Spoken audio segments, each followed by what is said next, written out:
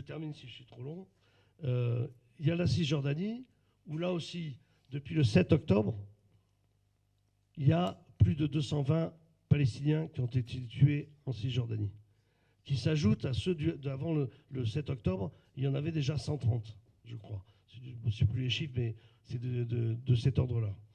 Et avec une colonisation accrue, vous avez vu avant le 7 octobre comment les colons intervenaient de plus en plus, sont intervenus dans la ville de Ouara, par exemple, qui est une petite ville sur la route de Naplouse, c'est-à-dire sur la route, quand on part de Ramallah, sur la route de Naplouse, qui est au sud de Naplouse, qui ont cassé les voitures, qui ont tué un Palestinien. Ils ont fait ça dans plusieurs villages. Ils interviennent régulièrement contre les paysans palestiniens pour les empêcher de récolter pas seulement les olives. Bon, les olives, c'est très, très symbolique en plus. Mais ce n'est pas que les olives, mais les olives particulièrement. Et ce qu'ils font, c'est qu'ils empêchent maintenant les paysans palestiniens de cultiver leurs champs.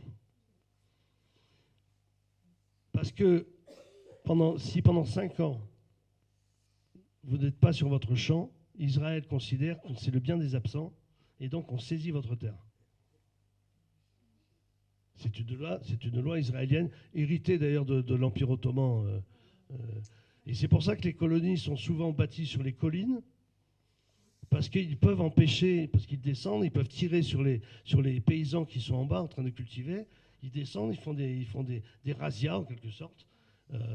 Ils brûlent les oliviers, ils interviennent. Et souvent, vous voyez sur les réseaux sociaux, vous voyez les images qui parlent d'elles-mêmes, puisque souvent les soldats israéliens les aident, voire même précèdent les colons dans leur manière de faire. J'ai moi-même publié sur ex-Twitter, qui s'appelle X maintenant, une vidéo où on voit une famille de Palestiniens en train de pique-niquer, en train de manger.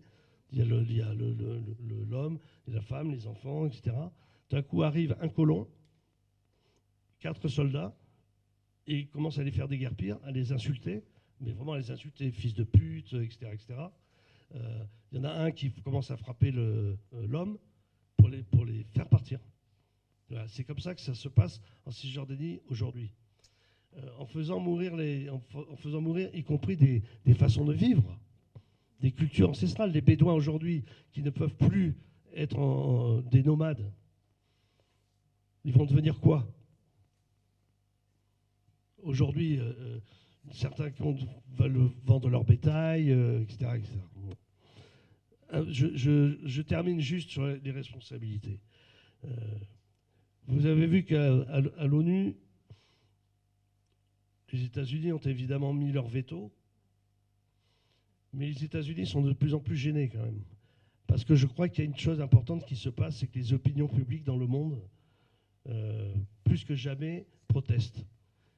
Y compris aux États-Unis, y compris les Juifs américains, plus que les Juifs en France d'ailleurs, qui en France ont une sacrée tendance à soutenir un Netanyahou et à nous accuser d'antisémitisme dès qu'on critique Israël.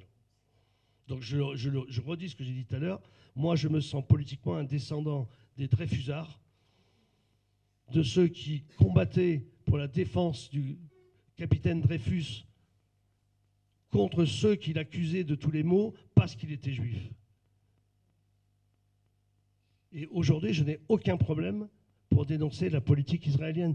J'ai d'autant moins de problèmes que j'ai beaucoup d'amis juifs en Israël qui se battent contre cette politique israélienne et qui ont beaucoup de mal à se battre contre cette politique israélienne.